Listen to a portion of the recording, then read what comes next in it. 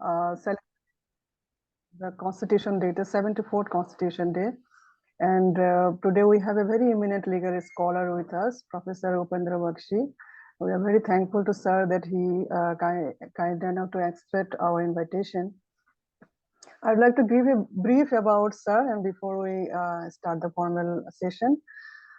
Professor Baxi was born on 9th November 1938, and he is one of the, he doesn't need any introduction, he's one of the prominent legal scholar in the country. And also since 1996, he is a professor at the law in the University of Warwick in the United Kingdom. He is also currently Professor Emeritus at that same university, University of Warwick, also Delhi. And also he is associated as Research Professor of Law and Distinguished Scholar in Public Law and Jurisprudence at the Jindal, OP Jindal Global University. He has served as a Vice Chancellor to the University of Delhi, and also he has served as several distinguished positions. He was also Dean in the Faculty of Law in the University for nearly 23 years. Sir has done his study from, he has done LLB from Rajkot, Gujarat University. He holds a LLM from University of Bombay and also from the University of California in Berkeley. Additionally, he holds a degree of Doctorate of Juridic Science from University of California in Berkeley. He has taught in several eminent international universities, including the national universities like University of Sydney, Duke University, American University, New York University, and also University in Toronto and Nalsa University in Hyderabad. He is a former fourth founder professor of human rights at the West Bengal National University of Juridical Science in Kolkata. Sir has written several books, which I think I don't need any introduction. Some of the important books I tried to focus here, that is Human Rights in the Post-Human World, Critical Essays, Oxford University Press, then Future of Human Rights, and this is something I also studied in my LLM as a textbook. Then Membrino's Hamlet, Human Rights for Changing World, the Rights of Subordinate People, which he has co-written with another professor from Oxford University Press. Then Inhuman Wrongs and Human Rights, Unconventional Essays, New Delhi, Arnott publication, and Towards a Sociology of Indian Law, Satyahan, 1986, Inconvenient Forum and Convenient Catastrophe, the Bhopal Gas in 1986. And several other books he has, and it's very privileged we are to have you with us, sir. And with this note, I would like to welcome Professor Bhupen Chandra Borua, our Dean of Royal School of Law and Administration at the Royal Global University. I'd like to request him to offer a welcome address on this occasion. Over to you, sir. Namaskar, sir. Namaskar. Namaskar. First of all, a very warm good morning to all. I'm Dr. Bhupen Borua, Dean, Royal School of Law and Administration. First of all, I extend my heartiest welcome to Professor Upendra Baxi, our Vice Chancellor, Professor S.P. Singh, our Pro-Vice Chancellor, Dr. Rohit Singh, former Dean, Faculty of Law, Guwahati University, Professor Subram Raskua, esteemed teachers, beloved students, and especially Professor Upendra Baxi. Sir, it's a pride moment for us that today you are here to deliver a lecture, that too on this auspicious Constitution Day. And sir, we are thankful to you that in spite of your busy schedule, you have given us your esteem, your valued permission to me to deliver this treasured lecture. And this is a really, truly red letter day for us. And we hope that we'll go ahead with your blessings in future. And for your information, sir, recently we have tie up with Jindal Global University. So we are happy to know that you are also associated with Jindal Global University. And I do not waste the time. With this, I conclude my welcome address, and so that we can quickly go ahead for your valued lecture. Thank you. Thank you, sir. Thank you. Thank you, sir. Sir, it's now over to Professor Upendra Baxi. Sir, please take over. It was a whole Thank you. register than speaking to the editor. Thank you very much, Dean Barwa and Dr. Thank you, Anjuman sir. Begum, distinguished faculty and eminent friends, other eminent presences, including Subram Rajakoa, dear students and research scholars. It's a very great joy to greet you on this Constitution Day. Very shortly, we'll also celebrate the Human Rights Day, so greetings to both the occasions. Very shortly indeed. And I owe my presence with you all. It's good to be with you all. You have a very outstanding research record, as far as I can see from the website. And I'm very pleased to get acquaintance with this university and the law school. I wish you all the very best. I'm here because of the persuasive efforts and not wholly non-coercive by Anjuman Ara Begum, whom I met in Nalta in Hyderabad, and he would not, and the dean would not take a no for an answer from me or alternate scheduling of this meeting. And I'm here because of their determination and kindness and grace in inviting me to meet you all. And we hopefully will meet at a longer time. I shall be very brief. I try to be very brief because there is not enough time for discussion, but I would like some upplay, some gup-sup, some chatter from you as well as I'll end my bakwas very shortly. I'll make 4 or 5 points, and that's all I can do. And then we'll have a discussion at 12:30, hopefully 12:40. 10:40. Now, first of all, I want to, it's been difficult to cover this entire gamut of constitutional values.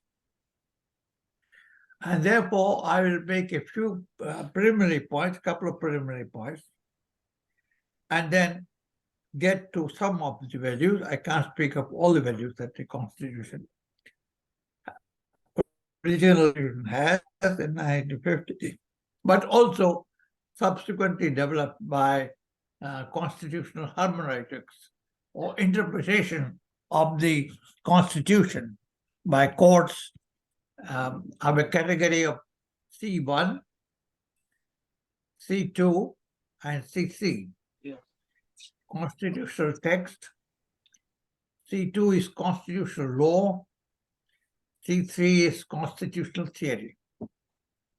And my C2 has extended to varieties of citizen interpretation. So C2A is constitutional law. C2 to 12 is constitutional interpretation. Not just what lawyers call constitutional law and write books on it, but citizen interpretation. You can't understand American Constitution without understanding Martin Luther King. There's no way you can understand American Constitution. So this citizen interpretation of the American dream is terribly important for development of constitutional value. Similarly, you can't understand our Constitution without understanding Mohandas Karamchand Gandhi, or without understanding Jayaprakash Narayan, or Acharya Bhabave, or whatever have you. So it is a Constitution. C2A means citizen interpretation, but we are all citizens. So I extended to C12, corporations, executive, the legislature. They all interpret the Constitution in their own way. The army interprets the Constitution. All armed forces interpret the Constitution their own way. And so media does. So academics do. So there are 12 different types of citizen interpretation, which are identified by articles and books. But the basic article is the one I wrote in 2000 in the Cardozo Law Review, and that article lays the groundwork of C1, C2, C3. So we're trying to locate values as an interaction between play and war between C1, C2, and C3, basically, but C1 and C12. So what are values? The first question that we have to cross before we talk about constitutional values. Now, there are two schools of thought on values. One is the thought process which says nothing is a value in life. It's power, power, power. Power determines our interest and value. So you not talk about value is a waste of time. Now that is an extreme position, but we can learn from this extreme position two ideas.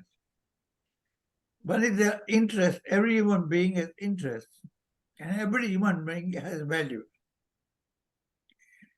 So law as a means of adjustment of warring interests, conflicting interests, ad hoc adjustment. That Dean Roscoe found, developed this idea of no, my video is not on. Sorry. It's still crossing. It's on. Now it's on, now it's off. Okay. So Dean Roscoe found developed this idea of law as an ad hoc settlement of interest and divided interest into three categories, as you know well: individual interest, social interest, and public interest. But he cautioned us to put all the interests at one plane and see their conflict and see how court determines its conflict. So interests are those things that we de facto have, as a matter of fact have. Whereas values, some people say, are different from interests. How they are different? They're different from interest in this sense that values are not what we desire. What we desire is interest. It's better called interest. Human being have various desires, and therefore this desire is clear. And law comes in to somehow, for the time being, settle this conflict in a framework of the Constitution. But values are not claims that we make or interests that we have, but values are approaches to life that we ought to have. The values have an ought element: ethical ought, moral ought, social ought. Oughtness describes values in one way. So what are the constitutional oaths? O-U-G-H-T-S, oughts, to which they swear allegiance to. And if you looked at the third schedule of the Constitution, the third schedule, where people take oath, our Constitution make a fine distinction between two classes of citizens: those who take oaths of office under Schedule 3, and those who are unoathed, which is bulk and majority of citizens. They don't take allegiance to Constitution, but allegiance is presumed by virtue of the fact that we are all citizens. And that's why we celebrate the Constitution Day, because the Constitution belongs to ultimately, the final sense, to the people, not to the managers of the people, not to the interpreters of the Constitution, but to everyone. So constitutional values do not make sense unless you have some idea of people who gave unto themselves this Constitution and its value. So very often, and that's my second point, the cluster of values is called constitutional culture or constitutional ethics.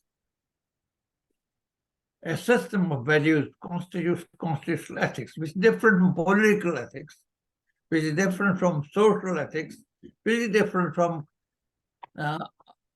ethics of self-interest, which is different from corporate governance interest. So ethics of the Constitution is what is meant by constitutional culture in this context. And therefore, my third point is we look at the three big blocks. We look at preamble values as a cluster which defines the goals overall at a very general level of the Constitution. Then we look at part 3, which is part 3, fundamental rights. What is fundamental rights from an ethical standpoint? Not merely relations between political power and a citizen. Of course, that is important. Not only limits to political power, but a constitutional culture that we share between the values that we share as rulers of the people, as managers of state institutions, and as citizens of the country. The idea is that values are shared by all the groups in society, all the individuals in society. And then there is a third part, added in 75, 76, in the emergency days, which has not been changed so far. It's called fundamental duties of all citizens. And they are very important. I don't think we need new education policy with every regime. The Constitution itself says what education is in Article 51A of the Constitution. A short article, but we skip this because there are very few cases. There is Jalakatu case and a Vijay Emmanuel case. 2 cases of duty. There is not a third case. So we don't worry in the law school. But if law schools don't worry about constitutional duties, may I ask, please, who will worry about them? Because there is the Constitution. There is a duty, for example, of all citizens of India to remember the ideas that animated the struggle, freedom struggle. It is there in the Constitution. There is duty to develop spirit of inquiry, spirit of critical reform, duty to develop excellence. I used to teach, I used to ask the students to avoid tyranny of the singular. I said, think in pairs or think in threes, think in fours, but don't think singularly. Ask always the other question. What is the other of? There is duty to develop excellence. I used to ask my class, what is the duty to develop excellence? What is the other of excellence? The other of excellence is mediocrity. So each individual citizen is in the duty to develop excellence. A mediocre citizen is a contradiction in terms. And this needs to be asserted every Constitution Day. The Constitution Day is meaningful only because it should remind us of our duties. Not as managers of the people, everybody who is a citizen of India. And the word citizen is must be a citizen in order to be a minister, or prime minister, or chief minister. You must be a citizen in order to be a judge. You must be a citizen in order to be a director of police. You must be a citizen any number of contexts in order to be anything in India. Of course, they are non-citizens versus Article 21, whose rights are protected. But both offices are qualified by the fact that person must be a citizen of India. So citizenship is very important. And therefore, the duties are very important, just as rights are. But we simply think of our rights and not our duties, but the Constitution speaks of rights, duties, and directive principles. Of the directive principles, the values of governance. How governance should be conducted. In accordance with Article 39, that the state shall have a duty to implement these directive principles and making of laws and policies. So it's a charter of duties of the managers of the state. Like the principles are not pie in the sky. We don't look at it because there are very few cases. And we think case method is the best method of teaching law. I don't know where you get this idea. Always say Constitution lays down various kinds of policies under Part 4 and various kinds of duties under Part 4A. So these three areas articulate the duties. Now, I'm restless, but in time. So that is my second or third point. Constitution duties. What is a constitutional value? To understand that, you first have to ask what is value, and you ask that question. Second is what is constitutional about constitutional. If you take the idea of values, it is the values of constitutional which are fundamental. Founding values. What makes a constitution is the idea which I said in 1960. By the way, I'm 100 years old. I don't remember when I said 67, I think. In Little Done, Vast Undone. A very great article, I think so, written by some Matt Upendra Baxi. That article uses a phrase, the Constitution gave us a constitutionally desired order, in which some spaces were state occupied, and some cases, some situations, they were state free spaces. There are two kinds of spaces, state free and state occupied. And the balance between two defines the constitutional culture in a way of speaking. Anyway, I won't go there. The Constitution is what?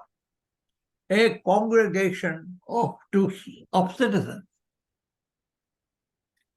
Dr. Ambedkar said, and his quotation is worth circulating everywhere, reverberating on the Constitution Day. What did he say? He said, democracy is not merely a form of government. Of course, it's a form of government, but it's not merely that. It is something that is held in reverence by the people, because it is meant for the people. Now, this is very important, constitutional reverence, and this is what we must celebrate on this day. And reverence is to the values of the Constitution. The Chief Justice Deepak Mishra spoke about constitutional reverence, but I don't remember whether any judgments he did quote this particular quotation of Dr. Ambedkar, that we should hold our co-citizens. He said the depressed classes and others, the artisans, all fellow citizens in reverence. So it's a duty of the managers of the people as well as of the co-citizens to respect everybody. It's a fundamental duty. It's a fundamental aspect of fundamental rights, Article 17, Article 23, and Article 24. Ours is the only constitution that makes equal respect for citizens non-optional for other citizens, to the point of laying down crimes, criminal offenses under Part 3. Article 17, practice of untouchability shall be an offense.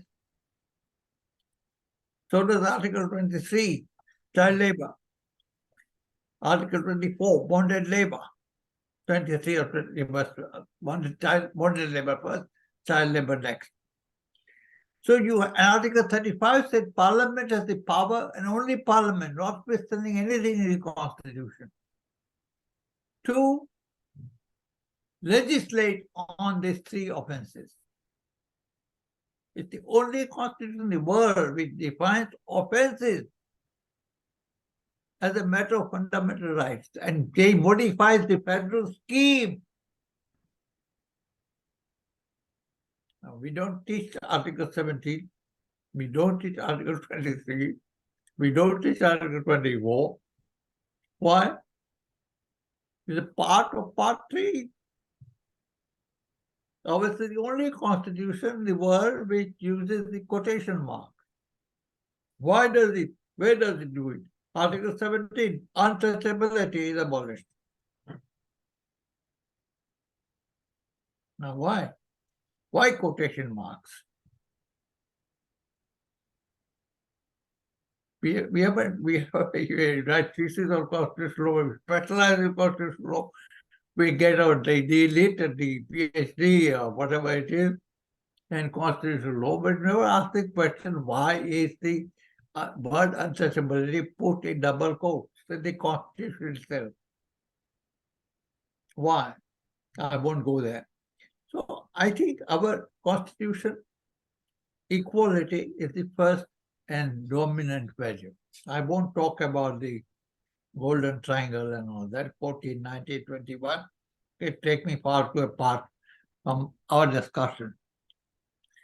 It is now referred to Equality Code, Article 14, 15, 16, Article 23, 24, Article 17. They all form equality. Equality is a complex value of the Constitution. You take away equality and you take away everything. The equality does not negate inequality. Please, my function of value is to enable you to judge what is right and what is wrong. Function of value is to goad us towards that. What is called by economics, I think, economics we call it nudge function, nudging us, non-coercive nudging us towards treating every other citizen as equal to us. A state must practice equality, not non-discrimination duties. And so, but equality is not merely non-discrimination. Equality is complex because equality means every citizen must respect the other as a co-citizen. This is the idea. So, what are the values? One is equality. Second is rule of law.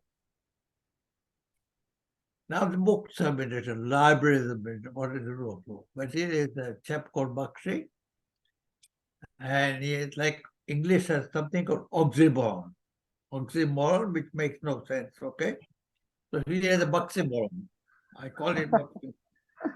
There are plenty of Baximorons in my vocabulary, but I'll tell you one or two. The Baximoron for rule of law is that rule of law is nothing complicated. Rule of law is, of course, rule of good law, not just right. Baximoron is rule of law is very simple, to make governance more accountable. That is number one. To make power more accountable, governance more just, and state progressively ethical. This is the idea of rule of law. There is no fourth thing. Three ideas. Power increasingly accountable, governance increasingly just, and state increasingly ethical. If you find a fourth one, please do let me know. These are three ideas, basic ideas of rule of law. Now, our Supreme Court has said rule of law also means an NJSC case. It means a Justice Care, a 500-page case. Of course, we have not read the NJSC case. None of the law teachers or schools have read the NJSC case. In fact, it's surprising but sad, but also true, that we don't know how to read cases. That's the problem. Hundreds of law schools, but we don't know how to read it. We edit NJSC case. People have not realized these two judgments for the price of one. A judgment of recusal and a judgment on collegium. We have never read that one judgment of 5 judges have signed individually. They said we will not recuse, just your counsel says so. And under what conditions should judge recuse himself or herself? They're written down. Nobody has read that. Everybody is wise by telling the students or telling each other what newspapers say. Judges, ours is the only country where judges appoint judges. Bunkum, total bunkum. Union of India Law Secretary. The union is a permanent entity. People come and go. Office of Union, Law Minister, Law Secretary, President continues forever. In second judge's case, this was my subject, so I won't go further. In second judge's case, the Union of India filed an affidavit which said out of 400 High Court judges appointed and Supreme Court judges appointed so far, in 394 cases, at that time there was no collegium, we are abided by the Supreme Court, by the Chief Justice of India's opinion. How the height of wisdom, scholarship lies in India in ignoring this affidavit. We say concurrence is not meant by consultation. So there's judicial overreach. Absolute nonsense, I tell you. We have not read the judgment. If the Union of India Law Secretary files an affidavit that 99% of cases or 99.5% cases, the government accepted Chief Justice's opinion, what does it mean? That it is a concurrence, not consultation. But the height of wisdom lies in the law school lecture and say, oh, well, there's a problem of judicial overreach. Judiciary has overreached consultation, constitution, but consultation. These judges have applied concurrence, that is wrong. And we are safe and sound, happy. But we do not read the case. In the third judge's case, the Union of India President of India never contested primacy of Chief Justice of India or collegium. He only said instead of 3, have 5 judges in collegium. That's all he said. And Supreme Court said, yes, they know that's the opinion. You have not read it. We have not read it. They don't say Upendra Baxi says this and that. That my best introduction, obituary, as you like it, would be, here is a man who read judgments of the court. That's all.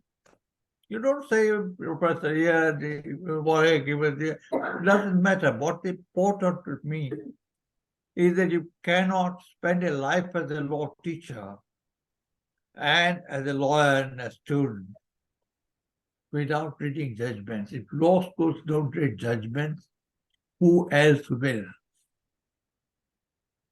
So most of the time our scholarship is a charade. It's bunkum because it doesn't even base itself on the material, normative labors of judges. Anyway, that was not my point. So I think rule of law is accountability, justice, and ethics. That's what value is. But of course the question comes, under rule of law, the NJSC case, that's why I got misled, sorry. NJSC case, the Supreme Court said, the Pacheskaya, the Rocco, and all that, there are 2 kinds of value. One is decisional autonomy. There can't be a judge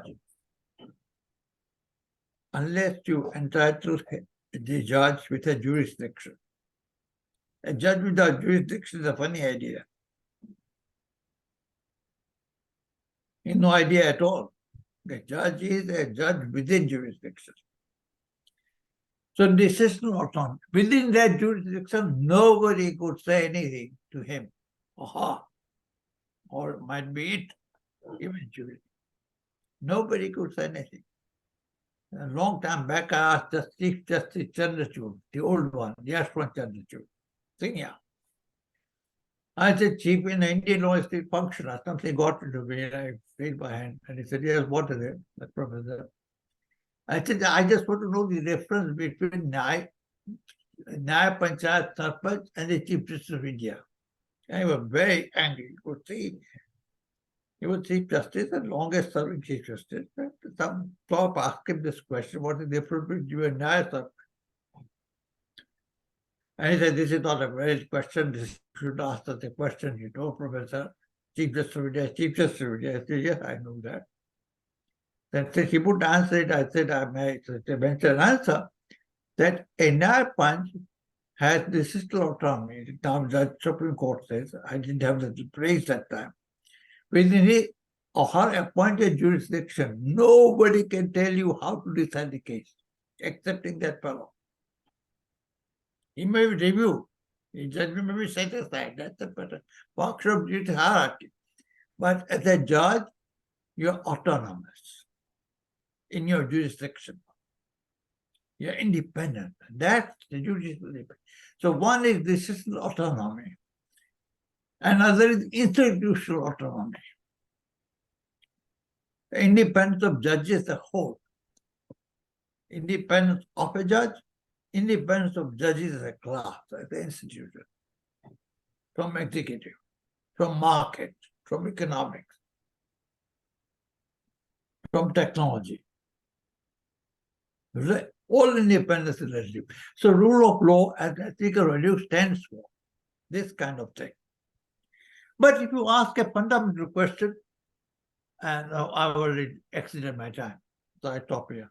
If you ask a fundamental question, what does arbitrariness, I take 2 minutes, what does the rule of law say? You must progressively diminish arbitrariness in human affairs. Progressively diminish the arbitrariness. Why? Because you can't eliminate discretion. Given by law or given by society.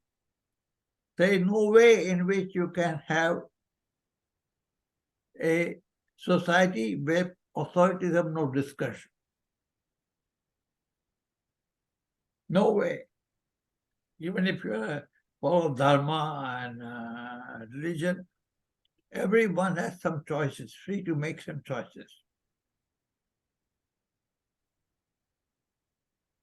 Even you talk of constitutional morality, it's a matter of choice making among conflicting public morality, private morality, constitutional morality. You make a choice. So discretion you cannot eliminate.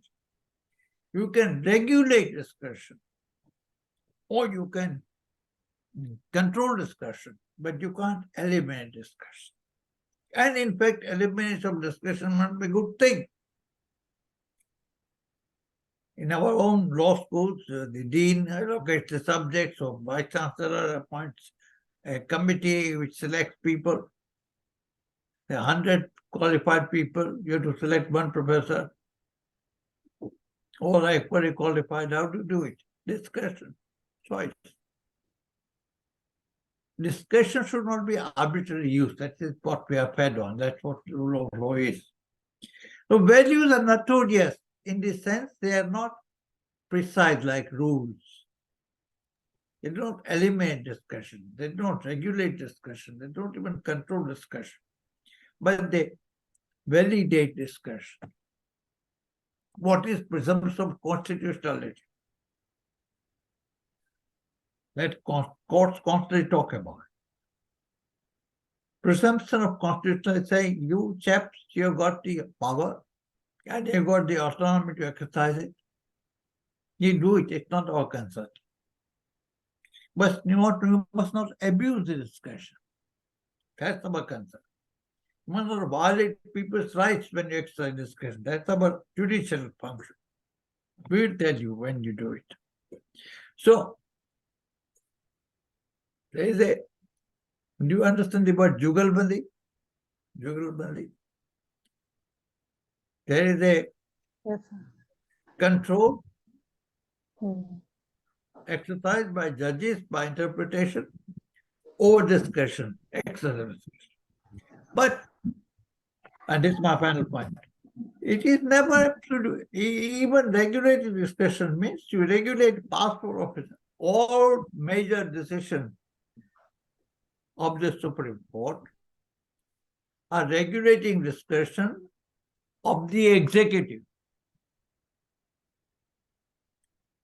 Show me one decision which regulates the discretion of parliament or legislature. One, you can make law at your will. You can repeal the law at your will. You can change the law at your will. You can make no law whatsoever. This is parliament. You cannot be compelled of legislation. You cannot be compelled to do any of the things. Pure discussion. In fact, a German sociologist of law, on page 6 of his book of Sociology of Law, a man called Nicholas Luhmann said, what is legislation? And we don't study legislation in India, but some people do, crazy people do. And said legislation is nothing, and mark this word, but positivization of arbitrariness.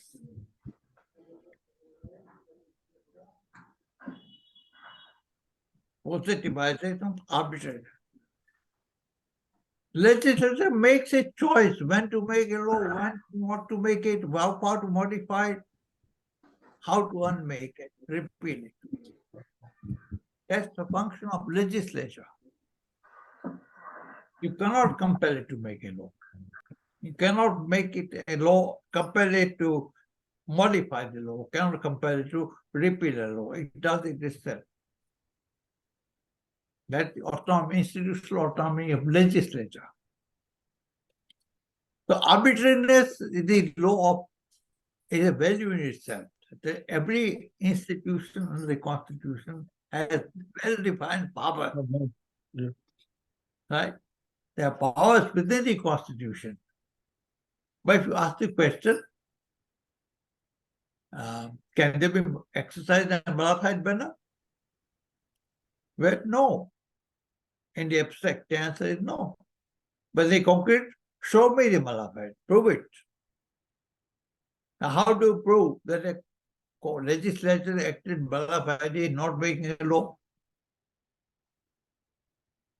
Okay, it is sole power, it's sole wisdom to make a law, unmake a law, remake a law. Nobody on earth can tell you. So, in a sense, therefore, this is my concluding line, I can't go further. In a sense, therefore, arbitrariness is a positive value of rule of law. That's said to some discrimination. Hindu Shastras have notion of vivek, discrimination, discernment, or maryada, limit to power. That's important. Vivek is important. So is maryada important. Vivek plus maryada equal to dharma. If you want to go there. Vivek, discrimination, discernment, and maryada, limits to power. Every institution of society must have two virtues, vivek and maryada. And combination of vivek and maryada is equal to justice. I've never said it, but you can regard it as Baxi number 2 or 3 or whatever it is. But it's a very nice idea to have. So constitutional values are undoubtedly indeterminate, but they're there. And they conflict. There's something called value pluralism. I can't pronounce it. I had a stroke some time ago, so my English is all upside down. But it is there. It is there. I can't pronounce that. Let's say P. Value P. P means 1 in 10 times I can say it right. Pluralism. I can't correct. P means pluralism. So value P is very important. Values conflict inter se. Like interest conflict inter se. Your values may conflict with mine, for example. Look, how to determine the conflict of values? It's a very serious question. And on this Constitution Day, we rededicate ourselves to this question. That's the only question there is now. Here I stop. Sorry for going on so long. Any questions, comments are most welcome. Thank you so much, sir. It has been very thought-provoking and also a whole new perspective on how we take our constitution. It's very much reflected in your speech. And for the very first time, things like that, the use of quotation in our constitutions, then how to balance adjustment, oaths, and the conflicting values and interests, and how the constitution has survived all this over the years, and also your analysis and on the judges' case in collegium system, and how important it is the autonomy, institutional autonomy in the independence of judges and also the independence of judiciary. And also your analysis the rule of law as accountability, ethics and justice, the three pillars, how it is dependent and how rule of law can contribute to this. And especially also your suggestion that as a law teacher, we should focus on how to read the judgments. I think that's a very pertinent suggestions from you that we got from this lecture. Thank you so much, sir. So I would like to now open it for the questions and any queries if anyone has. You can either unmute yourself, introduce and put the question, or also if there's any internet connectivity issues, kindly put it in the chat box so that I can read it out. Yeah, you will read out. I can yes, open the chat box. yes. Yeah. Thank you, sir. Thank you, sir. Thank you, sir.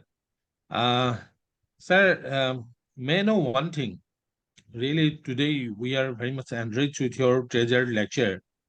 May I know one thing, sir? There is always a tug of war between the liberty of the people and the power of the state.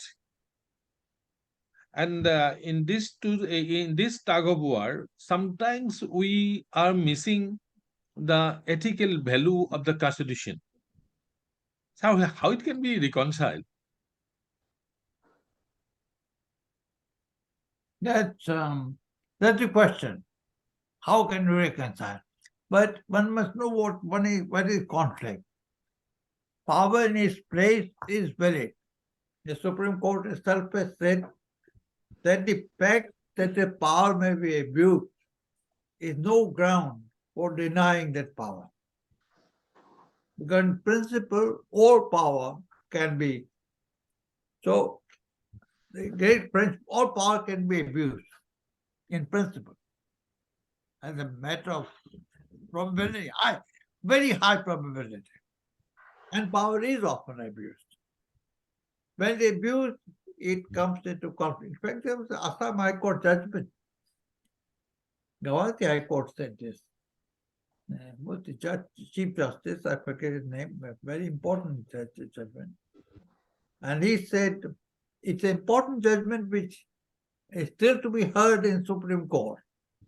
Assam High Court held, Guwahati High Court held that CBI is not validly constituted. Yes, Justice Ansari said. Ansari. And what does Ansari and the sub court there? What is the beginning of the judgment? He quotes American president, I forget who it was, who says when government, he begins the judgment like when the government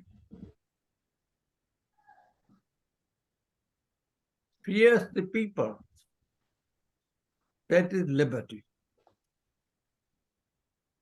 When people fear the state, that is abuse, or not abuse, but that people fear the state, there is no liberty. So I don't want to go substantive question, but the answer is lurking there. Answer is lurking there. There will be conflict between liberty and security. Liberty is the no value is paramount, near absolute. For example, right of minor, Article 30. is not subject to any restrictions. Minorities have a right to administer educational institution of their own choice through their culture. Only once the Supreme Court said no, right to administer does not include the right to maladminister. Yeah, you have a right to administer, but not right to maladminister. But subject to maladministration, so you to show maladministration. Only that right is near absolute. Everything else is subject to reasonable restriction. Article 25 goes to say that right to freedom of religion is subject to somebody else's morality, health and public order, that subject to morality, health and public order, you have religious freedom. Now, whose morality can be restricted by religious freedom? Religion is the highest morality according to believers. Religions constitute human beings. So how can state morality come in? That will contradict Sabrimala. So question is not question. The real answer, one answer to your anxiety would be that different values are conflicting and they will always conflict. There's a man called John Rawls who said in his theory of justice, who talked about reasonable pluralism, PP, pluralism, is a constitutional essential. Reasonable pluralism, theory of justice. The best answer he could probably find. When values conflict, you should tolerate that solution which is reasonable. Most reasonable in the circumstances. Views might still differ, but you must strive to achieve a consensus with a framework. Framework is the constitution. You must strive for reasonable consensus, reasonable plurality.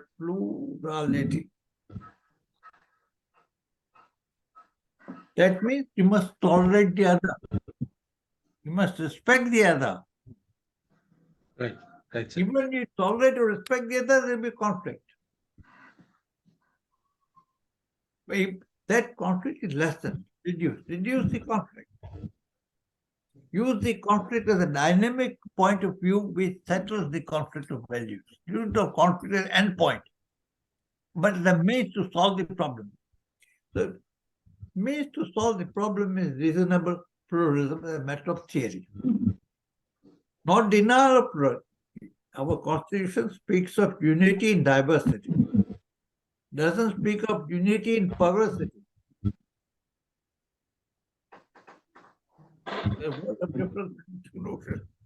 So, yes, there will be diversity. You can't eradicate diversity, just as you can't eradicate discussion. Diversity is a fact of human life, human society, everywhere in the globe. People, different languages, different religion, different food habits, different, major and minor. You can't eliminate that. Nowhere in the world. So you have to adjust into a reasonable plurality. What is it? That's the question. Sorry. That's the question. Yes. Yeah. So there are two more questions from our students. One student could not. Okay, I write that down and then. Oh yeah, right. One question is that, sir, in the light of your speech about fundamental duties, she asked like whether fundamental duties should be justifiable in the court of law. And another question from one of our research scholar, Bonnie Sharma, and he said that he is asking about how Indian Constitution can be evolved to meet the challenges involving legal challenges and the future dynamics of law, as law needs to be dynamic. So these are the two questions from our. The previous question was. And in addition, may I put one more question, ma'am? Sure, please.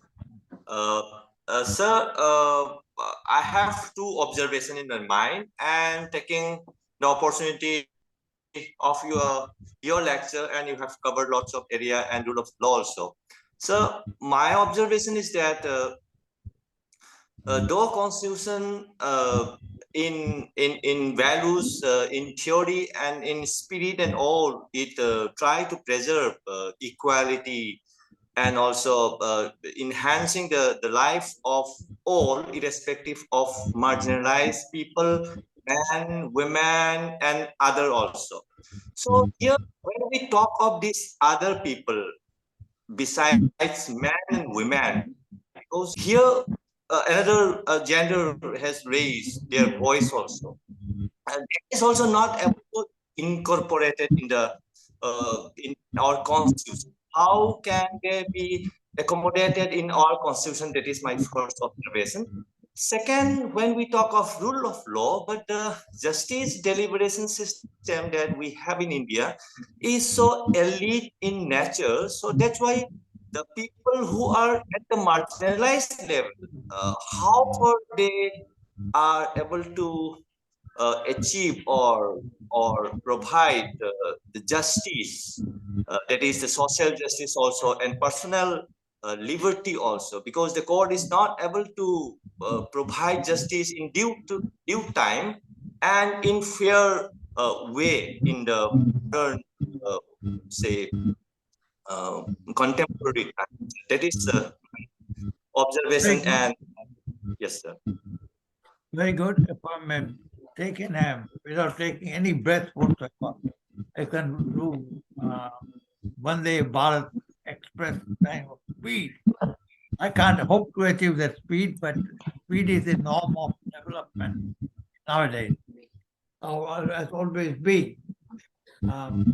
Want to do things at rapid speed. So rapid speed. One is justiciable and fundamental duties, but that's a very interesting thing.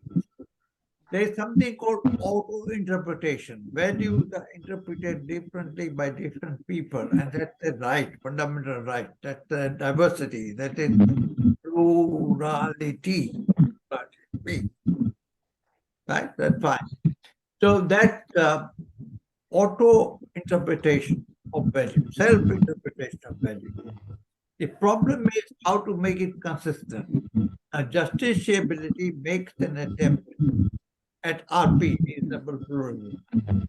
So, in case of their conflicting conceptual duties, constitutional morality contained in Part 4A dictates a harmonization, or at least a hierarchy of values. And to that extent, it should be made justiciable. Other than to say what is it, to solve value conflicts. For example, Jalakattu decision. This is animal rights versus religious cultural value. And article of Jalakattu 1 and Jalakattu 2 always only one decision. But one is by Justice Radhakrishnan and somebody, and other is a recent one, Jalakattu 2. Same court, which says there are no animal rights, human rights only. Extraordinary. But anyway, look up India legal, there are articles there. So, yes, there should be justiciable, but only with a view to either harmonize the conflicting duties or with a view to put them in hierarchy. That is, both sorts of people of life, rights, but some rights are more important than others. Some duties are more important than others. How to principles on which hierarchy should be based. So some duties are, it's important to make, in case of conflict, to make them justiciable. This is not enough, but that we have to do. On the question of, I can't read my own handwriting, make things more dynamic for the future. That's a very important anxiety. First thing, my dear friend, we must realize is that no matter what we do, every generation will face a conflict of values. Social values, ethical values, constitutional values. There is no way in which we can attain freedom nor it is desirable from competing values. You can order them in some senses, hierarchy or importance, but we cannot avoid the conflict altogether, out of the question. And that is self-dynamism. Out of value pluralism, BP, emerges the consensus that something has to be preserved. Not everything has to be abandoned. Value pluralism is a very important concept. Our constitution embodies value pluralism, value P. Okay. And important to preserve it as a medium for reasonable truth. We can only adjust it for each generation, the conflicts that arise among values. And it's an important job to do it all the time, and courts do it all the time, but everybody has to do it. Citizens have to do it, managers of the people who do it, government has to do it, and so on. Even insurgents have to do it. Everybody has to do it because there is no way out. There is no other way out. Other way out is the 26/11 is also celebrated in a mournful way, as what happened in Bombay some few years ago, incident of terror. So other idea is, if you don't achieve consensus on time for the time being on certain values, what you have is terror. Only the force of arms speaks. The law does not speak, the law takes a back seat. Sheer violence. And that's what Constitution is meant to avoid as a value. Therefore, you have to bear in mind there will be conflict of values, and that itself is the dynamism for the future. A search for adjusting conflicting values. That's the important thing about value. That the search is ongoing every generation. The values have always speak to the future as well as to the present. That's the idea of value. Third was the question of marginal people. Now, whole of directive principle chapter part is to bring margins to center. Their values for making law and policy in such a way, or to take the American expression, leave no person behind, or to adopt an Indian social movement perspective, Sarvodaya, everybody rises equally. Sarvodaya is a beautiful concept. The rise of all simultaneously. So margins and center, or periphery and center, don't exist in real life. Everybody lives a minimum comfortable life. That's the idea of part 4. In fact, one of the Baxi is this, that if you were to express in one sentence the ideal of development in part 4 of the Constitution, it is this idea that only those policies of development are just, which are disproportionately beneficial to the impoverished people. Disproportionately beneficial, out of proportion. I had students, like you would have students in Assam, who for 5,000 years had never set foot in a college and never entered a law school. They are deprived of education. We are deprived of literacy.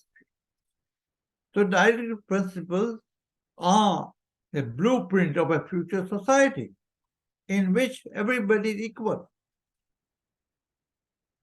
But again, there are so few cases. We don't study them in law school. Who else will? So I think that's the only way. And the idea of bringing some people into mainstream must be abandoned. The idea that some gender mainstreaming or this mainstreaming or that mainstreaming. Because long time back I went to UN, the UNDP in UN, and the professor was the chair of the thing. And I said, we in India don't make, he was talking about gender mainstreaming. And I said, sir, we don't have in India. Some of us don't have idea of mainstreaming. He said, why? He said, the other of mainstreaming is what? Successful. Some of us in India don't know the difference between a cesspool and a mainstream. Everything is polluted. Nothing is free from pollution. So, in a sense, mainstream is itself a cesspool. Where do you go? So, the idea of a constitution and constitutional development and signed in part 4 is to avoid this idea of pollution, that everybody has equal access to means or opportunities of development. I must judge very severely every institution of governance. Are you performing your justice? We judge severely every citizen.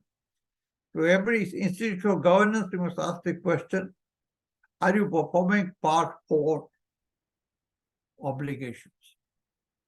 They are written down. Doesn't matter if there are no cases, they are written down. You don't need new university policy, new education policy, new that, new that. It is there in the Constitution. How you will uplift, how we take steps, take an endeavor. 75 years, we're needing Amrit Kaal or something. Steps to come cookie baate. 50s, 60s, 70s, 80s, 90s, 2013, 2014. Therefore, there is a sense of time horizon to directive principles. You can't take your own time to fulfill those directive principles. You can't implement them here now. In fact, in Delhi University, I'm getting carried away, but I stop here. We had a young people's law commission. I believe every law school has a law commission itself. And I had a voluntary law commission, young people's law commission. And what did we do? We said amending directive, one of the things we did. We also proposed abolition of begging act. Several measures. None of them were taken up by government, a different matter. We proposed. So we proposed this particular thing at that time, that amend the directive principle said the state should take care of weaker section of society. Then 50 is weaker, 60 is weaker, 70 is weaker, 80 is weaker, 90, we are up to 19. So I said, we remove the word weaker section of society, but instead the directive principle should say progressively weakened sections of society. From weaker sections, they become weakened sections, and that too by act of policy of the state. So we should be reformulating that directive. So in a sense, you're right in your question, your worry about anxiety, about bringing margins to the center. But there should be a certain urgency now, and the centennial of the Constitution, to fulfill most of the directive principles, take step, endeavor, etc. To end with a Baxi Warwick and talk about justice, last question. Justice is, Baxi Warwick is justice fourfold in India. Justice according to law, that we know. Justice beside the law, that is social interest litigation or public interest litigation. Justice according to law, justice beside the law, justice beyond the law. And finally, Baxi Warwick, for it, justice beneath the law. Beneath. the law. There are 4 kinds of justices. The justice of the state of the earth, the Ranka Dharma, if you will. So, constitution must be 4 types of justice. And it's also very good justice. So we worry on this Constitution Day, absolutely you're right, on dedicate ourselves to amelioration of marginalized people. And where it is not a function alone of the managers of state institutions, of managers of the state, the function by virtue of fundamental duties, Part 4A of every citizen, to see that every other citizen is respected. It is a joint effort. But justice is joint purushartha, joint collaborative effort of everybody. But leading role is being played by Part 4 institutions, the state, the legislature, the executive. But as well as citizens, it's now a citizen, you read Part 4 and Part 4A together. That's the way of the future of the Constitution. Okay. Thank you, sir. There's 2 more questions in the chat box. I'm not sure. Do you have time? Then I would like to put the questions. Otherwise, because it's already. Okay, Please, sir. please. Carry on. There's one question from Kamaroshan. It's on the doctrine of basic structure. And he wrote that as we know, the doctrine of basic structure cannot be violated in the amending the constitution, but how far can it be justified with the changing times and changing needs of the society at present times? Is there any need to change the concept of basic structure? And what is your opinion on that? And there is another question on how the constitutional law maintain its constitutional values when any act made by the parliament and when this act goes against the public policy. These are the 2 questions in the chat box. Thank you. I must come again to discuss this question in detail because you asked me questions, not questions. Indicated areas concern. 1,000 asked me questions. All right for me, but I may take a lot of time. Short time is very difficult. But let me try my best. Which will be good enough, but let me try. First, how do we, basic structure means what? There are only 6 decisions on basic structure.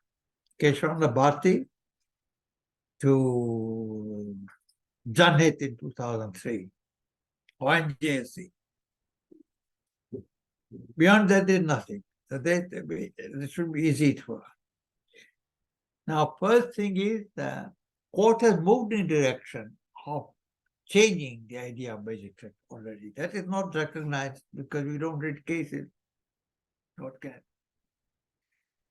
For example, Keshwanda said the doctrine of basic structure only applies to the provisions of the Constitution. That is C1, letter of the Constitution. And it only applies to amendment. Constitutional amendment. Second, the court says, change it, Constitution. It says it applies to executive action in Bombay. President declares governor rule. Where was the amendment of the Constitution? 9th schedule, Coelho decision. You cannot add more schedules, more statutes to 9th schedule, schedule 9. Unless we concur. Otherwise, the violation of basic rights. So, idea of co-governance, very important. Co-governance. That if the court say idea of co-governance was introduced by Vaman Rao, and Minerva Mills by Chief Justice Chandrachud Senior. He said, look, you can't, all the violations of fundamental rights in the past are valid. They get to First Amendment, Second Amendment, tick mark. Valid, valid, valid, valid, valid, valid. In Minerva Mills. Only henceforth you will not do such amendment. So again they were justice. Beyond the 24th Amendment, 25th Amendment, he will not even go. All are valid. He tick mark. Judgment is complex, but I'm summarizing it. So basic, and in Nagaraj in 2006, reservation case, the Supreme Court itself said, and a major shift that you can't confine the doctrine of basic structure merely to provisions of the Constitution. But the doctrine of basic structure applies to amendment or implementation of founding principles of the Constitution.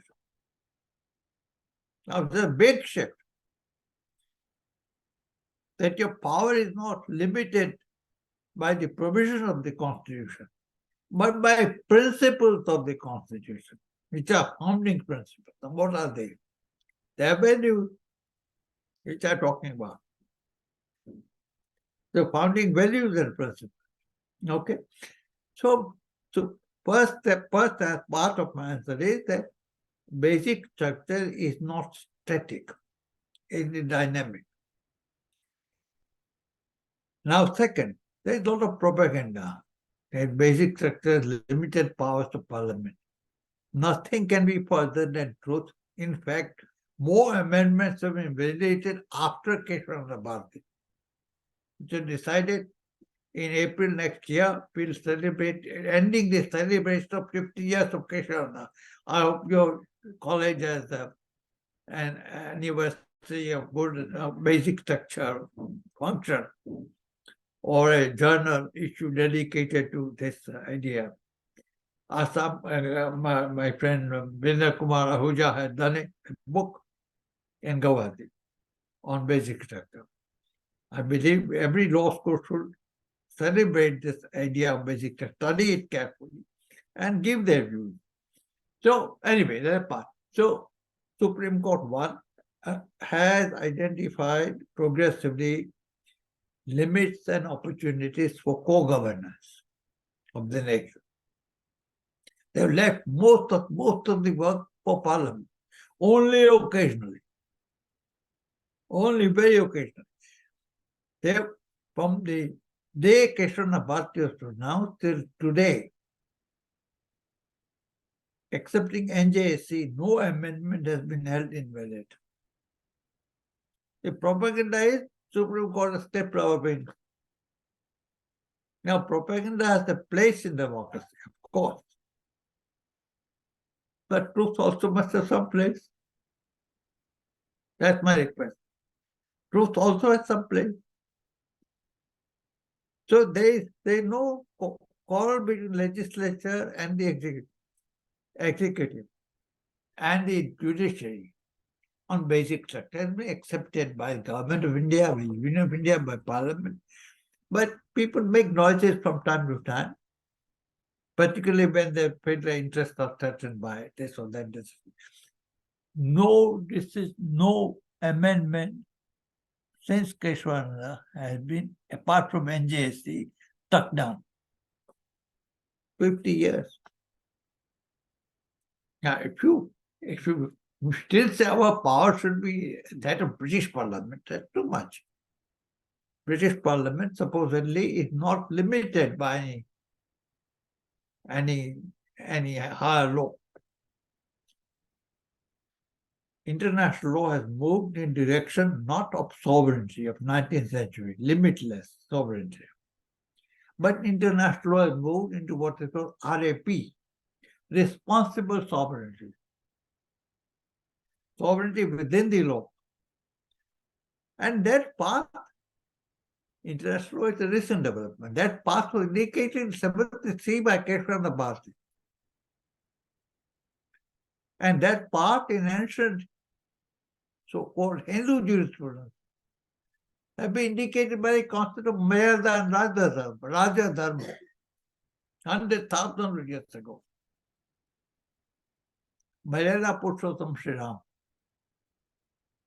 What is distinct about Lord Rama? That he observed Mayada, not that he observed Satta, power. The limits to power. A king or emperor has limits to power. So there are hundreds of instances of Raja Dharma which limits the power of king to do things. Idea of limitless power is not an Indian idea. Power was only limited by Artha, Kama, Dharma, Moksha. Therefore, in the Hindu religion, if you want to go. Or even in tribal religions, none is 25th and 6th schedule of the Constitution. You understand what the power that is given to Assam Hill Council to lay aside not the state law but parliamentary laws. Assam and particular tribal customs will prevail over legislation. That is 6th schedule, 5th schedule, I think, of the Constitution. Anyway, that matter of detail you can't go into it. So if you have any suggestion as to how further the doctrine of basic structure should go forward, by all means it's possible. But doctrine of basic structure is not an obstacle to social development of India. It's a resource. Contrary to propaganda, it is not an obstacle. It has not proved an obstacle. So I don't understand why. In the strict jurist doctrine, there is so much concern with the basic structure. In fact, I would say judicial overreach is not a problem in India. It is constitutional underreach that is a problem. Please mark this word. Oxymoronic they are, but they are important words.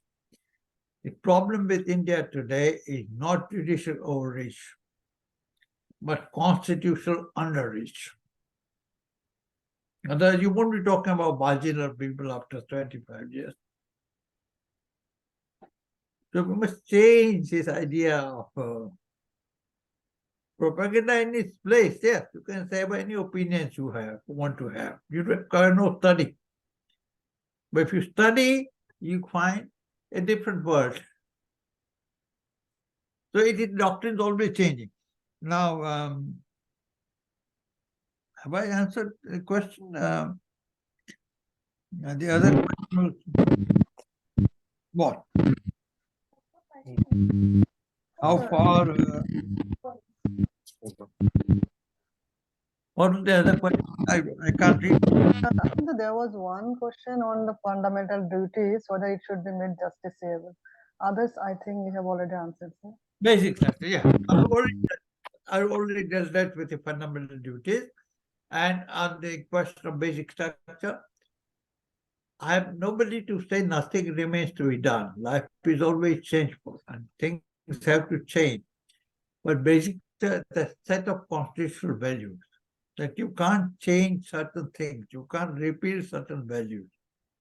They are semi-permanent, semi-eternal, like secularism, constitutional secularism, like equality, like rule of law, that you can't repeal them. You can change India. India can be changed, India can progress. Changing India or progressive India is not repugnant to the idea of basic structure. Basic structure is a set of values of co-governance by the judges and the legislature and the executive. All agencies of the state co-govern as citizens. They also participate in co-governance of India. So co-governance, in fact, our classification, I'll end with this, the three prudences. Jurisprudence, which we think we know, but we don't know ABCD of it. first principles of law. I've never met a law school student or teacher who knows the jurisprudence in that sense, who knows the idea of jurisprudence and the first principles of law. If you ask yourself privately, what are the first principles of law, you know the answer. Please do it in solitude.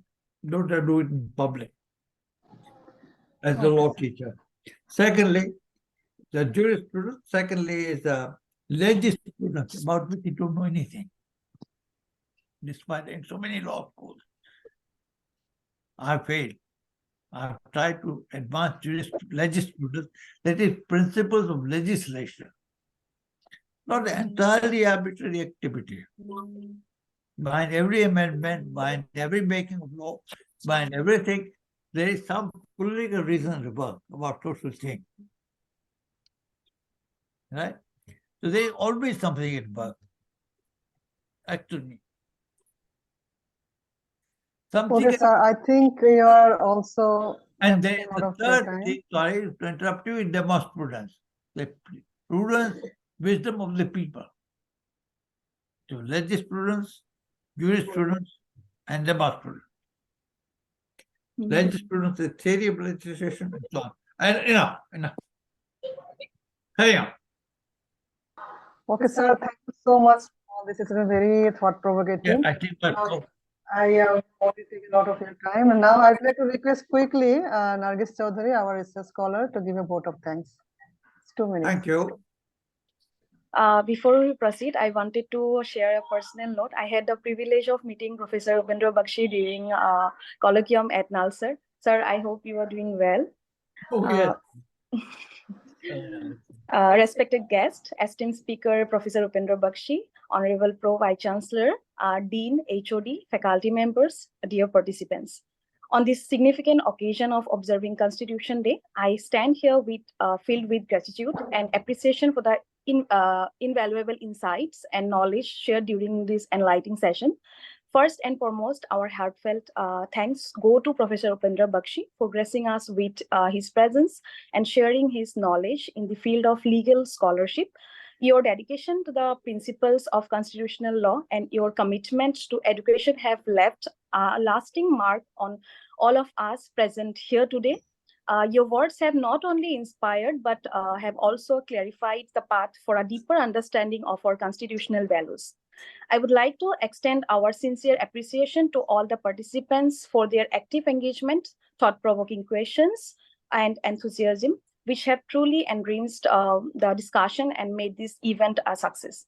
I express profound gratitude to our Honorable Vice Chancellor Sir, Pro Vice Chancellor Sir, and our team of the Assam Royal Global University for their strong and consistent support, which has been instrumental in organizing and conducting this remarkable session.